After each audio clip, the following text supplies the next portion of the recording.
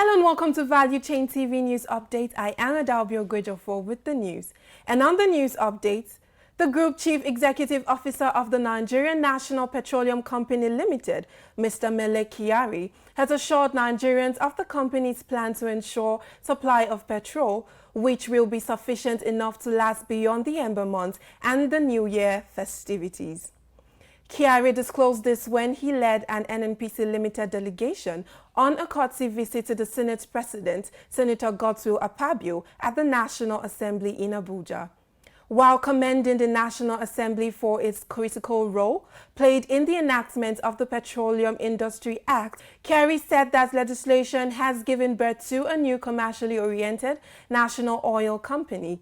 He added that with the passage of the PIA, NNPC Limited's profitability margins have significantly risen, growing from a loss position of $803 billion in 2018 to a profit position of 274 billion naira in 2021. Nigerian Senate has urged the federal government to prohibit the importation of goods produced in Nigeria, with corresponding adjustments to custom tariffs.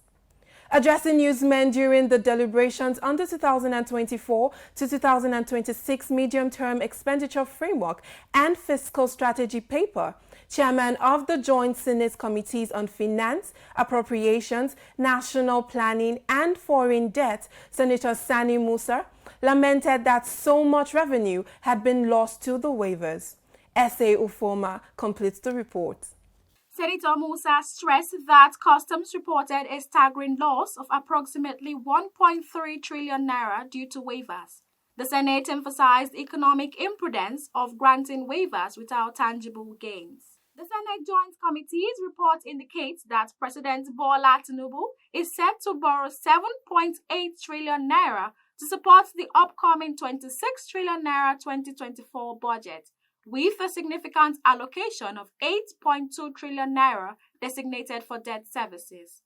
The Senate proposed a thorough investigation into all tax waivers granted from 2015 to the present, as put forth by the relevant Senate committees.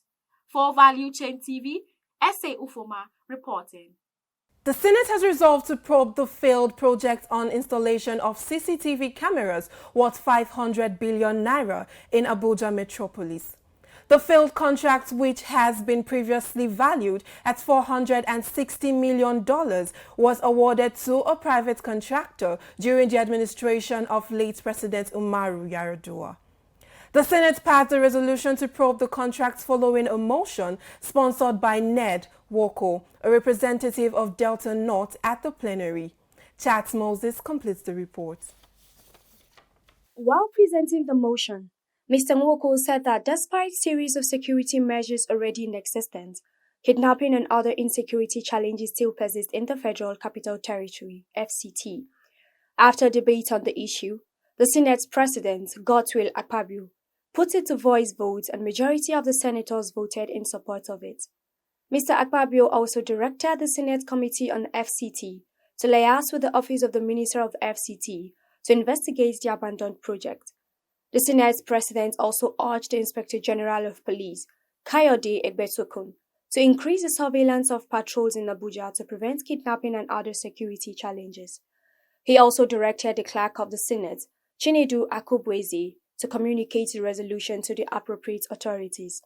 For Value Chain TV, Chat Moses reporting.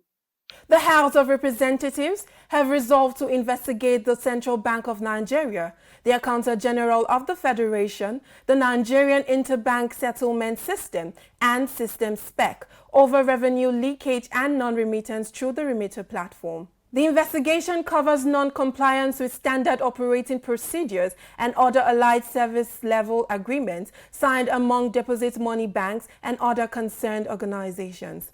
In a similar development, the House also resolved to probe all tax waivers for the federal government from 2015 to date. just as it sought cancellation of those not directly linked to non-governmental or non-profit organizations. It also ordered the re-registration of all subsidiaries to the Nigerian Postal Service being irregular and illegal identities and called for an investigation of the $10 billion released by the Ministry of Finance for the proposed Nigerian Postal Service restructuring and recapitalization. Meanwhile, former agitators in the Niger Delta have called on President Bola Ahmed Tinubu to investigate allegations that crude oil was sold upfront and the money taken away towards the end of the administration of the former president Muhammadu Buhari. The call was made by the National Secretary First Phase ex-agitators, Nature Dumale, in a statement issued in Port Harcourt, where he added that the development is part of the reasons for the foreign exchange crisis and the worsening inflation being experienced in the country. The dividend paid by the Nigerian Liquefied Natural Gas LNNG Limited to the Nigerian National Petroleum Company NNPC Limited has risen to the highest in 8 years. The NLNG recorded an increase in revenue by more than a third in 2022 to $7.59 billion, the highest since 2014. The company's latest facts and figures reports show that the dividend paid to the state-owned NNPC Limited jumped by 52% to $1.10 billion from $722.44 million in 2021. The report noted that the national gas firm currently has over 70 spot liquefied natural gas LNNG master sale agreements with various counterparties across major LNNG markets and emerging demand centers to enable the prompt sale and optimization of production volumes.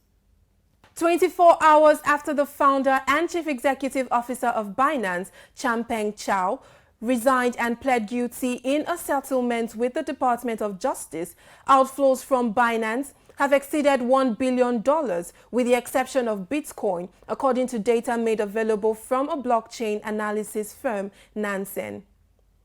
A report by Consumer News and Business Channel, CNBC, also noted that within 24 hours, the native token of the exchange, BNB, has declined by over 8%. Earlier, the exchange experienced a decline in its market share on spot trading in March subsequent to the elimination of zero-fee trading for crypto assets pairs, including Bitcoin, which was a significant consumer incentive. Binance is an online exchange platform where users trade cryptocurrencies. Weeks after the assurance from the Central Bank of Nigeria, CBN, confirming the legality and adequate supply of all CBN-issued banknotes, currency scarcity have been reported in some parts of the country, including the nation's capital, Abuja. Reports reaching Value Chain TV indicates that customers are facing inconveniences with dispensing machines in many banks restricting daily withdrawals to 20,000 naira. Chats Moses completes the report.